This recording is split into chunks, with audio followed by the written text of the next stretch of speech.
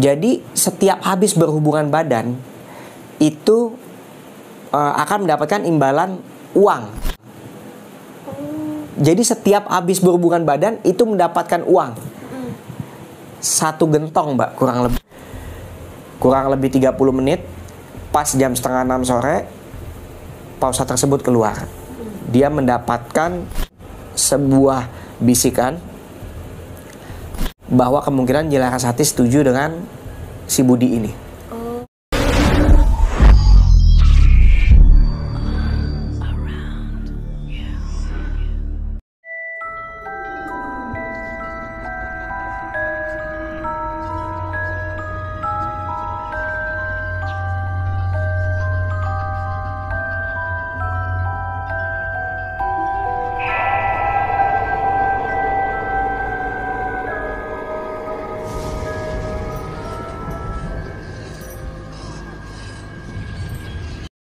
Tapi telur ayam kampungnya nggak diapa-apain, cuma ayam kampung aja disediakan 20 butir. Kemudian setelah dibakar, dibikin kayak bakakak gitu, si Budi disuruh kayak patahin gitu mbak, untuk syarat patahin dan asal menggigit.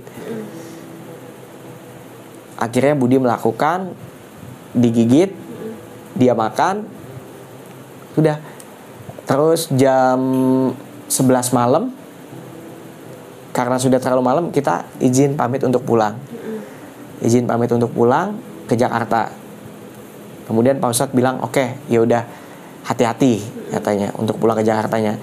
Dan si Budi ini dibawakan air dari petilasan tersebut kurang lebih 1 drigen, mbak. Untuk nanti dia pakai mandi lagi di Jakarta. Perjalanan menuju Jakarta kurang lebih 3 jam. Pada saat waktu itu kita sampai Jakarta sekitar 1:30 atau jam 2 pagi. Udah kita pulang mbak ke rumah masing-masing. Besok paginya saya bertemu dengan si Budi lagi. Dan Budi ada menceritakan ke saya. Jadi pada saat malam itu, pada saat dia mau tidur, itu dia ada yang goyang-goyangin kasur dia mbak.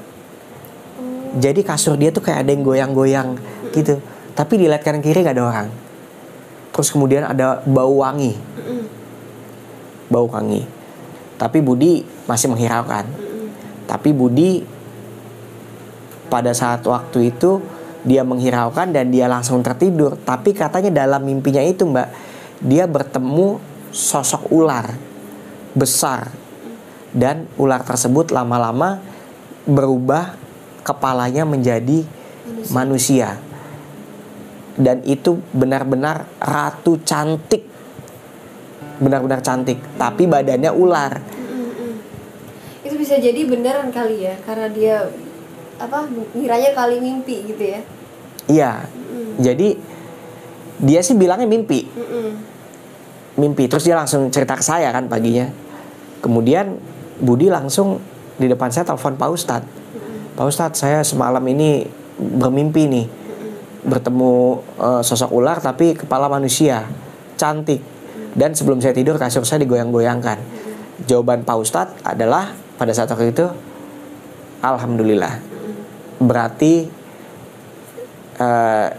si siluman ular ini atau sosok ular ini yang kita sebut Jilarasati itu, dia setuju. Dia maksudnya cocok, klop dengan si Budi. Akhirnya Pak Ustadz minta izin ke Budi untuk memberitakan hal tersebut kepada keluarganya si korban ini. Setelah diceritakan bahwa si Jilarasati ini cocok dengan si Budi, akhirnya keluarga ini mau cepat-cepat mbak. Ya udah, cepat deh ditentuin tanggalnya untuk akadnya. Jadi tetap ada akadnya mbak. Ada akad nikah kayak gitu? Iya, tetap ada akad nikah. Kayak orang beneran? Iya, kayak orang beneran. Ada akad nikah. Kemudian Budi 3-4 hari kemudian ditelepon oleh Pak Ustadz. Budi diminta untuk ke Cirebon kembali. Dan dari Cirebon langsung menuju ke rumah korban tersebut. Itu tepatnya rumah korban tersebut di daerah Kendal, Jawa Tengah. Nah itu Mas Agung ikut? Saya ikut. Jadi saya memang diminta oleh Budi untuk selalu menemani dia untuk melakukan ini. Saya ikut. Tapi pada saat yang kita kedua ke Cirebon itu sama ke Kendal, Andi nggak ikut. Jadi udah tinggal saya berdua. Jadi Andi ini hanya mengenalkan. Iya. Andi hanya mengenalkan. Begitu kita sampai di rumah Pak Ustadz siap-siap. Jam 11 malam kita berangkat menuju Kendal. Begitu sampai di Kendal, itu rumahnya benar-benar gelap, tidak terurus. Dan ada benar yang diceritakan Pak Ustadz, ada 2 unit mobil dan 1 unit motor. Itu katanya tidak pernah berubah dari terakhir digunakan oleh si pemiliknya. Setelah itu kita sampai, Pak Ustadz menelpon keluarganya, kakaknya si A ini, kemudian datang si kakaknya ini. Emang rumahnya bagus Mas? Gede? Bagus, besar sekali. Termasuk kakak-kakaknya ini rumahnya sebelah-sebelahan. Besar semua rumahnya. Jadi dia memang mensejahterakan keluarganya gitu. Iya, dan di situ juga ada musola besar bagus. Itu ternyata saya cari tahu sama warga sekitar, yang membangun adalah si korban ini. Jadi dia menggunakan uang yang diberikan itu ya untuk itu tadi yang seperti saya bilang. Istilahnya dia membantu orang-orang sekitar. Dia berbuat baik sama orang sekitar, menaikkan haji. Singkat cerita, kakaknya dia ini datang, dia langsung ngobrol sama Budi, dia langsung berterima kasih, dia senang. Dan kakaknya ini juga baru bilang, ini pertama kali saya masuk ke rumah ini lagi setelah saya mengevakuasi jenazah korban tersebut, adiknya. Itu rumahnya benar-benar berdebu, banyak sarang laba-laba. Pada saat waktu itu tidak boleh mengambil gambar di situ. Mungkin kalau boleh ngambil gambar, saya foto-foto. Lantai 1 itu kotor. Begitu naik ke lantai 2, lebih kotor lagi Mbak di situ. Dan bau rumah udah sekitar berapa ya? Sekitar 2 tahunan ya. Nggak dimasukin. Itu kumuhnya kayak apa kan bisa dibayangin sendiri tuh. Dan begitu kita naik tangga, sebelum masuk pintu kamar itu, si Pak Ustadz ini seperti kayak orang izin. Seperti kayak orang izin melakukan sedikit ritual. Setelah itu kita jalan lagi. Kita masuk ke kamar tersebut. Alangkah benar-benar kagetnya saya. Dan Budi sedikit terkejut juga ya. Apa yang diceritakan Pak Ustadz itu benar Mbak. Jadi uang itu berhamburan di mana-mana, di atas kasur dan di lantai. Itu real, terlihat kasat mata. Biasanya kan kalau uang-uang gaib seperti itu kan hanya orang tertentu yang bisa ngeliat. Ini real, 100 ribuan. Itu di atas kasur bisa penuh uang. Tapi yang saya kagetnya lagi Mbak, di tembok, dinding tembok dan lantai itu banyak bercak darah. Itu benar ya? Benar yang diceritakan oleh Pak Ustadz tersebut. Jadi memang tidak ada yang berani membersihkan juga. Jadi memang tempat itu yang kita masuk apa adanya, terakhir kali jenazah itu ada di situ. Udah, kita masuk, kita di situ duduk, Pak Ustadz, saya, Budi dan kakaknya. Kita melakukan ritual di situ. Pada saat melakukan ritual di situ, itu jelas sekali ada bau amis banget. Mungkin kalau ular itu kan memang agak amis Mbak ya. Saya mencium sendiri bau amis banget. Dan saya melihat seperti ada bayangan ular besar. Ada ular besar. Dan di situ si Budi langsung dipanggil oleh Pak Ustadz untuk maju ke depan. Si Budi ditarik tangannya seperti ini. Oh, jadi emang kayak mau akad nih berarti? Jadi saya tanya, bukan akad Mbak. Jadi itu perkenalan. Oh, baru mau perkenalan. Iya. Jadi memang pada saat Budi disuruh ke depan, Budi ditanya nih sama Pak Ustadz, Budi kamu sudah siap? Siap. Pak Ustadz maaf, ini mau apa? Kita mau perkenalan dengan sosok Nyi Larasati tersebut. Begitu tangannya ditarik, Budi disuruh memejamkan mata. Sebenarnya semua disuruh memejamkan mata, tapi saya ngintip Mbak pada saat waktu itu. Saya penasaran, bener gak sih ini? Saya mengintip, ternyata benar itu yang saya bilang tadi. Saya melihat bayangan ular besar Mbak. Jadi si Budi ini yang saya lihat, kan ditarik tangannya. Dia itu bersalaman atau dia itu menyentuh tubuh ular itu. Penglihatan saya ya, bayangannya. Dan kebetulan memang Pak Ustadz pada saat itu bertanya sama si Budi, apa yang kamu rasakan? Budi bilang kasar katanya.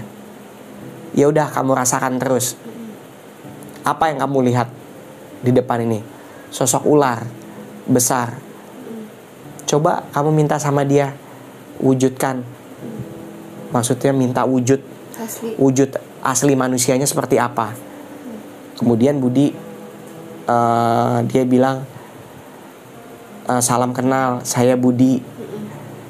Tolong kalau memang kamu mau menjadi calon saya, tolong kasih lihat ke saya bagaimana wujud manusia kamu. Akhirnya Budi disuruh membuka mata oleh Pak Ustadz. Dan betul Mbak, Budi itu katanya di situ melihat sosok wanita cantik putri, tapi wujudnya setengah manusia setengah ular. Tapi cantik sekali, kata Budi. Kemudian Budi di situ juga menceritakan bahwa si Nyi Larasati ini tersenyum. Dan kemudian Nyi Larasati memberikan sedikit penyampaian pesan kepada Budi. Kalau kamu memang mau sama saya, kamu boleh melihat apa yang ada di dalam gentong tersebut. Kemudian Budi langsung jalan, di kamar itu gelap, jalan pakai senter, dilihat itu masing-masing gentongnya. Itu Budi bercerita sama saya, masing-masing gentongnya itu uang 100 ribuan penuh semua. Jadi gentong ditutupin kain hitam gitu Mbak. Dibuka sama Budi, itu masing-masing gentongnya penuh uang 100 ribuan. Termasuk uang yang ada di atas tempat tidur Budi pegang, itu asli. Memang uang.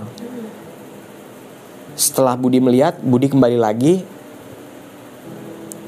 Pak Ustadz seperti melakukan ritual, mungkin kayak negosiasi ya, untuk menentukan kapan si Nyi Larasati ini mau untuk akadnya.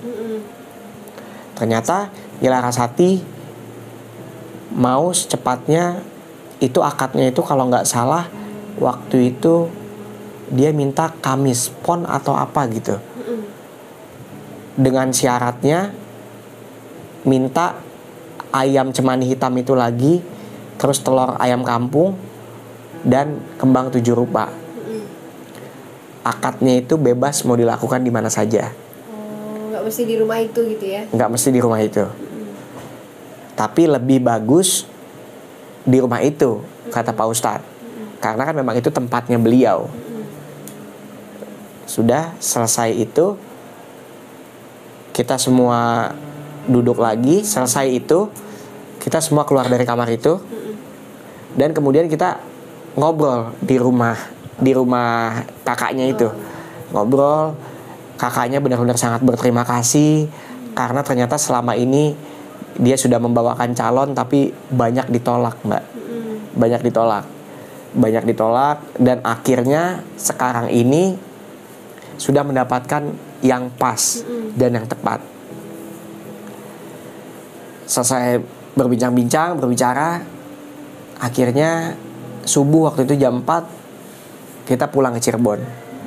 Ngedrop Pak Ustadz, kemudian kita pulang lagi ke Jakarta. Langsung pulang ke Jakarta.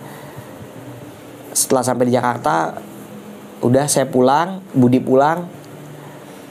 Sejak malam itu, Budi selalu bilang ke saya, setiap dia mau tidur atau setiap malam di kamar dia itu wangi.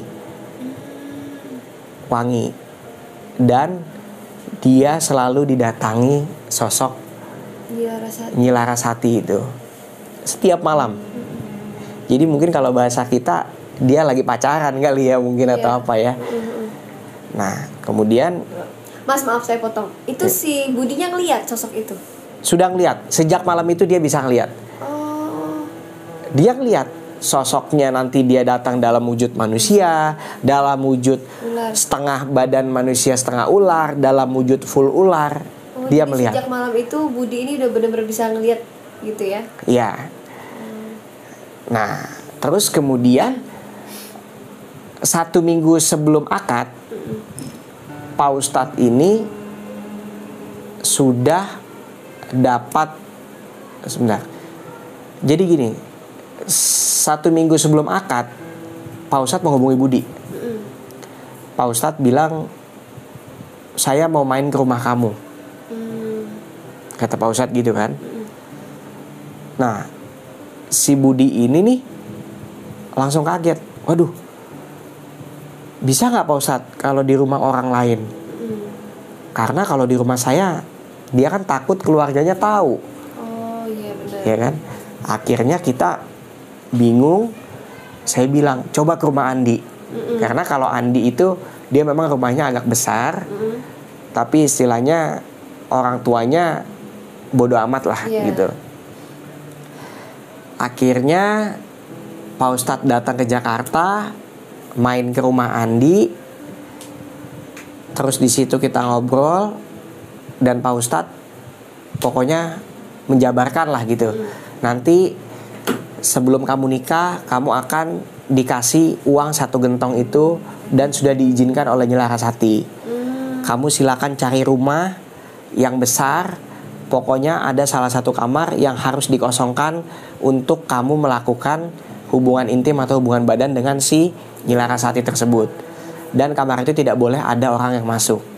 Kalau bisa kamu cari rumah yang besar itu jangan kanan kirinya padat penduduk. Karena takutnya Nyi Larasati ini masuk ke rumah itu wujudnya seperti ular atau seperti manusia. Nanti ada orang yang melihat, takutnya kalau ular ditangkap atau dibunuh, itu akan menjadi petaka buat kamu. Katanya gitu. Oh baik Pak Ustadz kalau seperti itu. Tapi dari mana saya beli rumahnya? Nah di situ Pak Ustadz bilang, nanti akan ada waktunya saya bawa uang yang 1 gentong itu, kamu cari rumah. Jadi Nyi Larasati sudah mengizinkan kayak ngasih DP gitu. Nih, ini loh untuk calon suami saya. Gitu. Nah, tapi di sini Budi masih memiliki keraguan. Keraguan dalam artian benar gak sih ini? Jadi bukan keraguan dia takut untuk menikah dengan sosok Nyi Larasati tersebut, tapi lebih ke benar gak sih ini dapat uang atau dapat apa? Akhirnya di kamar si Andi itu Pak Ustadz melakukan ritual lagi Mbak. Memanggil Nyi Larasati tersebut. Manggil Nyi Larasati.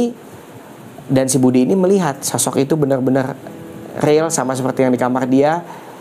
Terus si Budi ini bilang, katanya Nyi Larasati ini bilang, kamu mau bukti apa dari saya? Budi bilang, kalau memang benar kamu cinta sama saya mau lihat, tolong berikan uang kepada saya sekarang juga. Kemudian Nyi Larasati katanya Budi pada saat waktu itu mengiyakan. Nah terus Budi bilang, ya udah silakan, kalau memang kamu benar-benar cinta sama saya, sayang sama saya, mau menjadi istri saya mau kamu membuktikan bahwa kamu bisa mengeluarkan uang buat saya. Pada saat malam itu di kamar itu ada saya, Budi, Andi dan Pak Ustadz. Itu real apa yang saya lihat kasat mata Mbak. Uang entah datang dari tembok atau dari mana bertebaran jatuh. Uang itu jatuh bertebaran. Itu benar ya? Benar. Tapi kita pada saat sebelum uang itu bertebaran, kita disuruh kasih sampel uangnya. Uang apa yang mau didatangkan sama si Nyi Larasati ini. Kebetulan waktu itu saya di dompet megang uang $100 US dollar. Karena kalau rupiah kan bisa jadi nanti takutnya sulap lah atau bahkan saya kasih unjuk uang $100, saya pinjemin ke Budi, dan Budi 100 ribuan. Itu benar. Jadi uang bertebaran itu ada $100 dan uang 100 ribuan. Nah, dan itu setelah bertebaran itu uang itu diikat.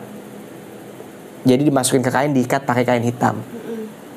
Dan Pak Ustadz bilang uang ini boleh digunakan kalau sudah ada perintah atau sudah ada izin dari Nyi Larasati. Nah, kemudian si Budi ini langsung bilang sama Nyi Larasati, kapan saya boleh menggunakan uang ini? Saya mau tahu uang ini asli atau enggak. Itu ngomong di depan saya. Tapi saya nggak ada sosok, saya nggak ngeliat apa-apa. Tapi memang yang pertama bau amis dan yang kedua wangi. Kemudian si Budi ini langsung ngomong, di situ juga 1 minggu katanya, kurang lebih. Sedangkan dia aja kan mau menuju ke akad nikah kan 1 minggu kan. Si Budi langsung bilang, nggak bisa, saya mau coba besok. Kata Budi gitu. Jadi si Budi ini juga penasaran, uang ini asli atau enggak. Takutnya kan uang palsu atau uang mainan. Akhirnya Nyi Larasati katanya menyetujui, tapi cuma hanya boleh diambil 5 lembar 100 ribuan, dan yang $100-nya itu 1 lembar. Udah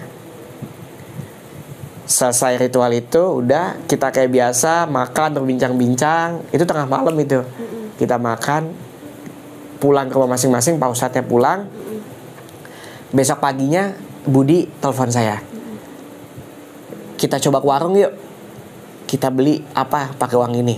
Ya udah, kita ke warung, beli di warung asli kan 5 lembar. Terus yang kedua kita coba di Indomaret, ketiga di Alfamart, Oril. Udah. Terus yang uang $100-nya kita tukerin ke money changer. Real, diterima oleh money changer. Bener ya? Dan dicairkan ke rupiah.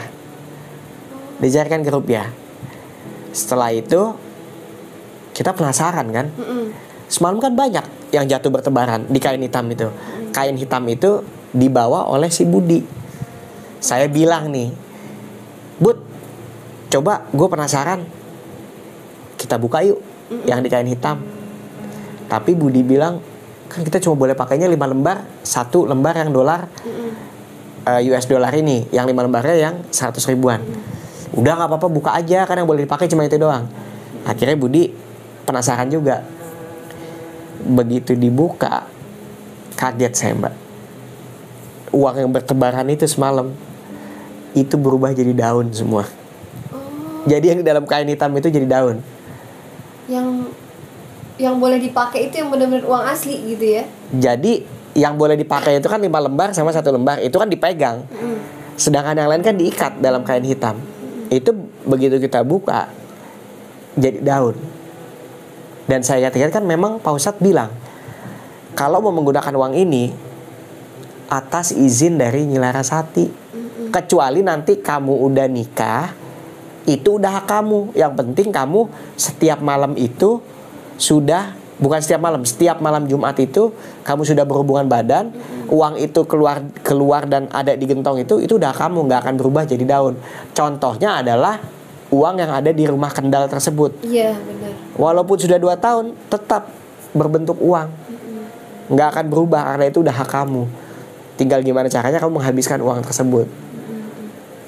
Udah. Begitu saya ngeliat daun, langsung ditutup lagi. Ditutup lagi.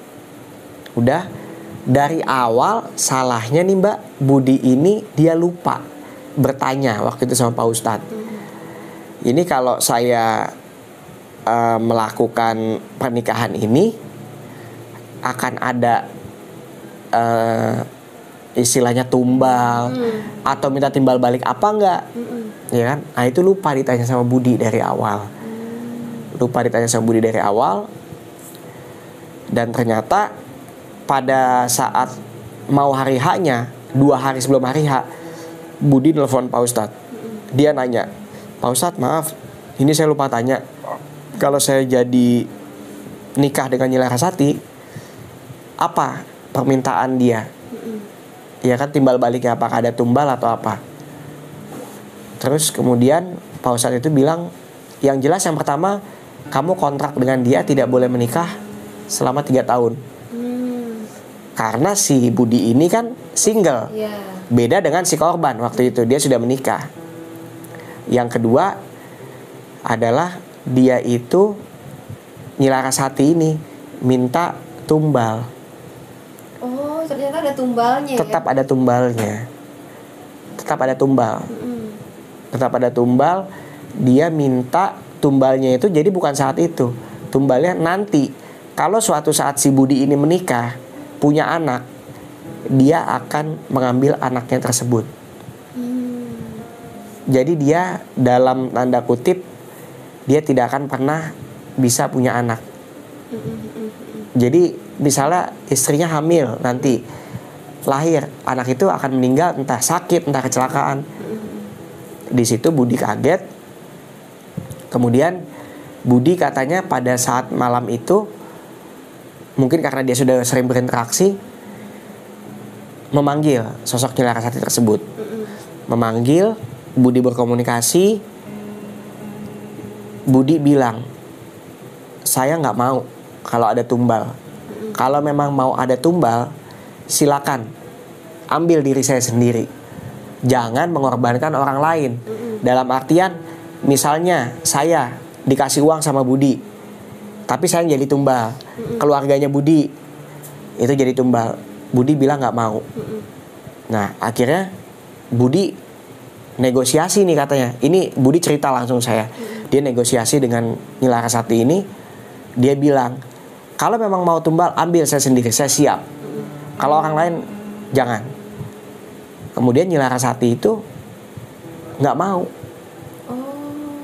Nggak mau. Dia maunya kalaupun tumbal, dia minta anak kecil, yaitu anaknya si Budi nanti kalau dia menikah.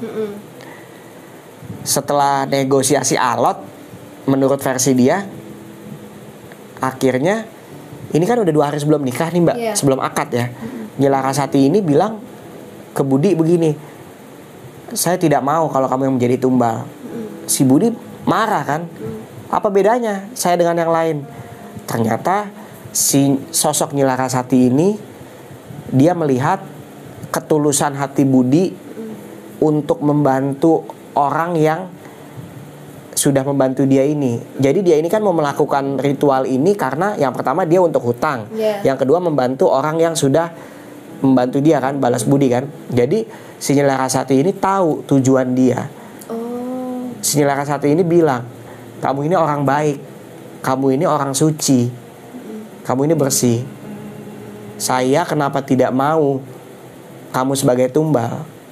Karena kamu ini benar-benar tulus, bersih. Jadi saya tidak akan menjadikan kamu tumbal saya. Karena siapapun yang menjadi tumbal saya, setelah dia meninggal, dia tidak akan masuk ke surga atau dia tidak akan masuk ke neraka. Dia akan menjadi pengikut saya selamanya. Jadi bisa dibilang seluruh orang yang melakukan pesugihan, entah pesugihan apapun, jadi setelah dia meninggal, itu akan menjadi pengikutnya dia atau babunya dia. Jadi pesuruhnya dia.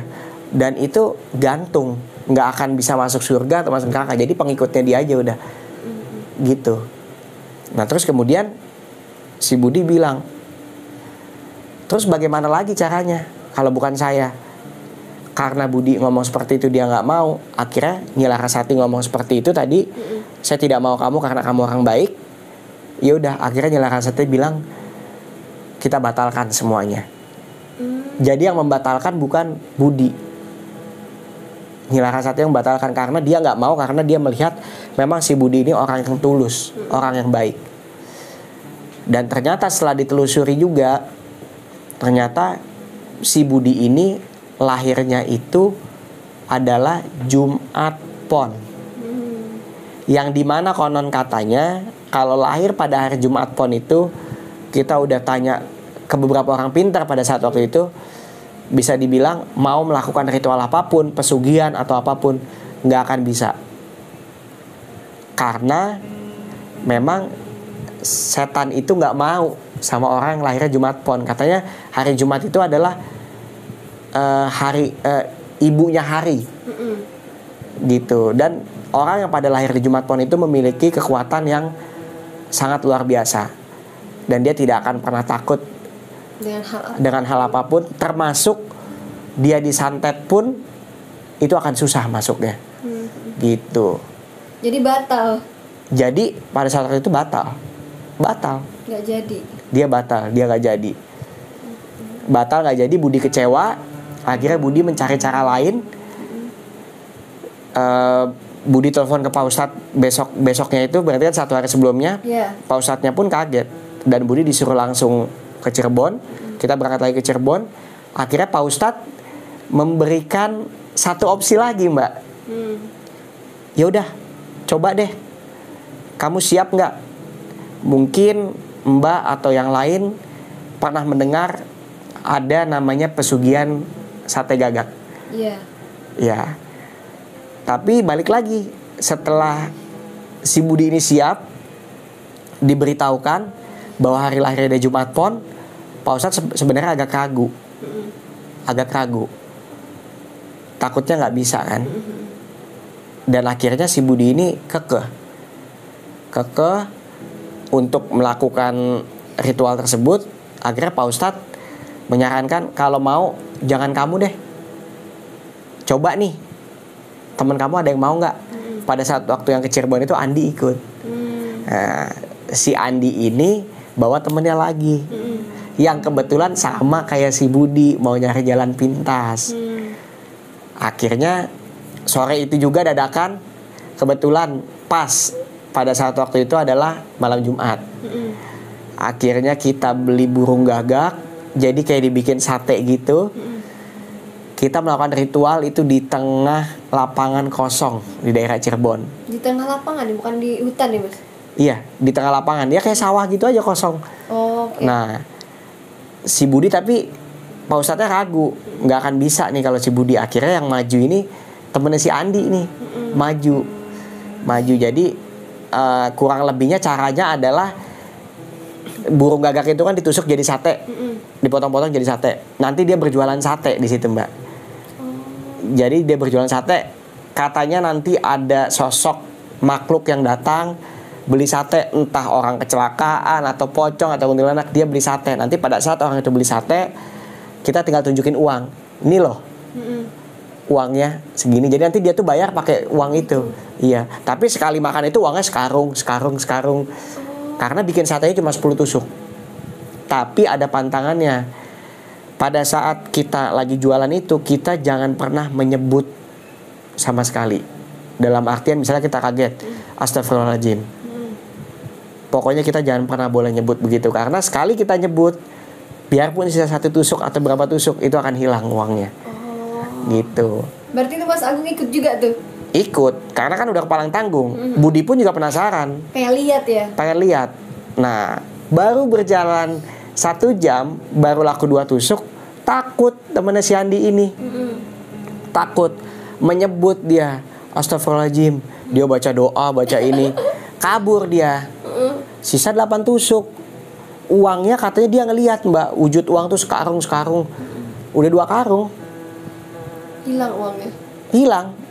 Budi penasaran nih. Udah coba saya yang maju, katanya. Emang wujudnya seperti apa sih? Si temannya Andi bilang, tadi yang datang itu wujudnya pocong, sama korban kecelakaan hancur mukanya. Itu benar-benar hancur katanya. Saya takut di situ doang. Udah. Akhirnya itu karena masih waktunya masih panjang kan, mulai jam 12 tuh. Pak Ustadz kayak ritual lagi. Akhirnya Budi yang maju. Budi yang maju itu real. Jadi kita boleh ngelihat, Mbak, dari jarak jauh. Tapi kita nggak ngeliat apa-apa. Paling kita tuh ngeliatnya kayak orang lagi ngipas, terus ngasih sate, gitu aja. Jadi kita nggak ngeliat apa-apa. Tapi si temennya si Andi ini katanya ngeliat ada yang datang, ada yang ini, kita nggak ngeliat. Pada saat si Budi mulai, katanya nggak ada yang datang sama sekali. Jadi nggak ada yang datang sama sekali. Sampai jam 3 subuh itu nggak ada yang datang sama sekali. Akhirnya ya udah. Nggak laku satenya. Nggak laku. Akhirnya Budi udah, dia hilang penasarannya. Udah, akhirnya kita kembali ke rumah Pak Ustadz. Udah. Dari situ kita izin sama Pak Ustadz untuk pulang lagi ke Jakarta, dan Budi bilang kalau sampai nanti suatu hari atau suatu saat ada cara yang bisa saya lakukan, saya siap.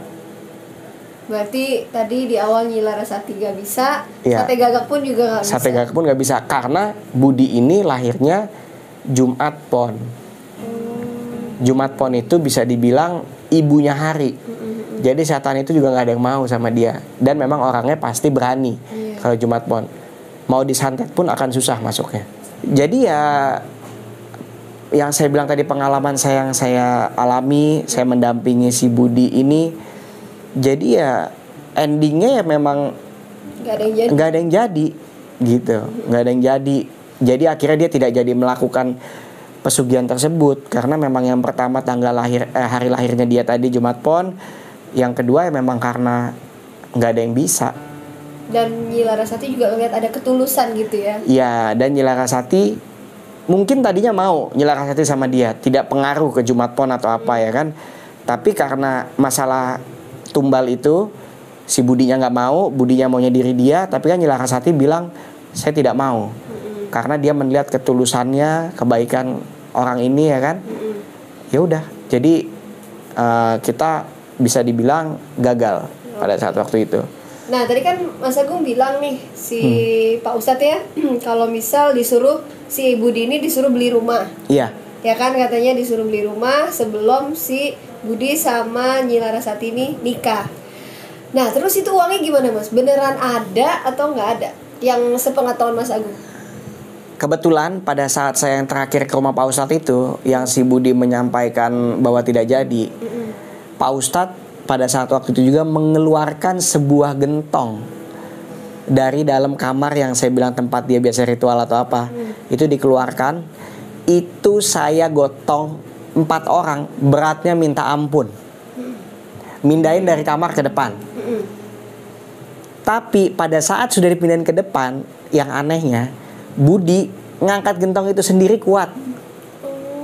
Budi seorang diri mengangkat gentong itu kuat. Pak Ustadz bilang ini, ya waktu itu saya bilang Nyi Larasati sudah mengizinkan untuk menggunakan uang 1 gentong ini untuk kamu membeli rumah, persiapan untuk nikah. Tapi karena nggak jadi, ya jadi uang itu tidak bisa digunakan. Kalaupun mau berani digunakan silakan, tapi nanti pasti ada damnya, atau nanti pasti akan ada suatu bencana lah. Akhirnya Budi penasaran, Budi melihat uang itu benar, uangnya masih sesuai. Oh ya, sempat ada fotonya juga ya? Ada nanti saya kasih fotonya. Gentongnya masih tertutup kain hitam. Terus saya buka, pas dibuka sama Budi, itu ada uangnya, saya foto juga.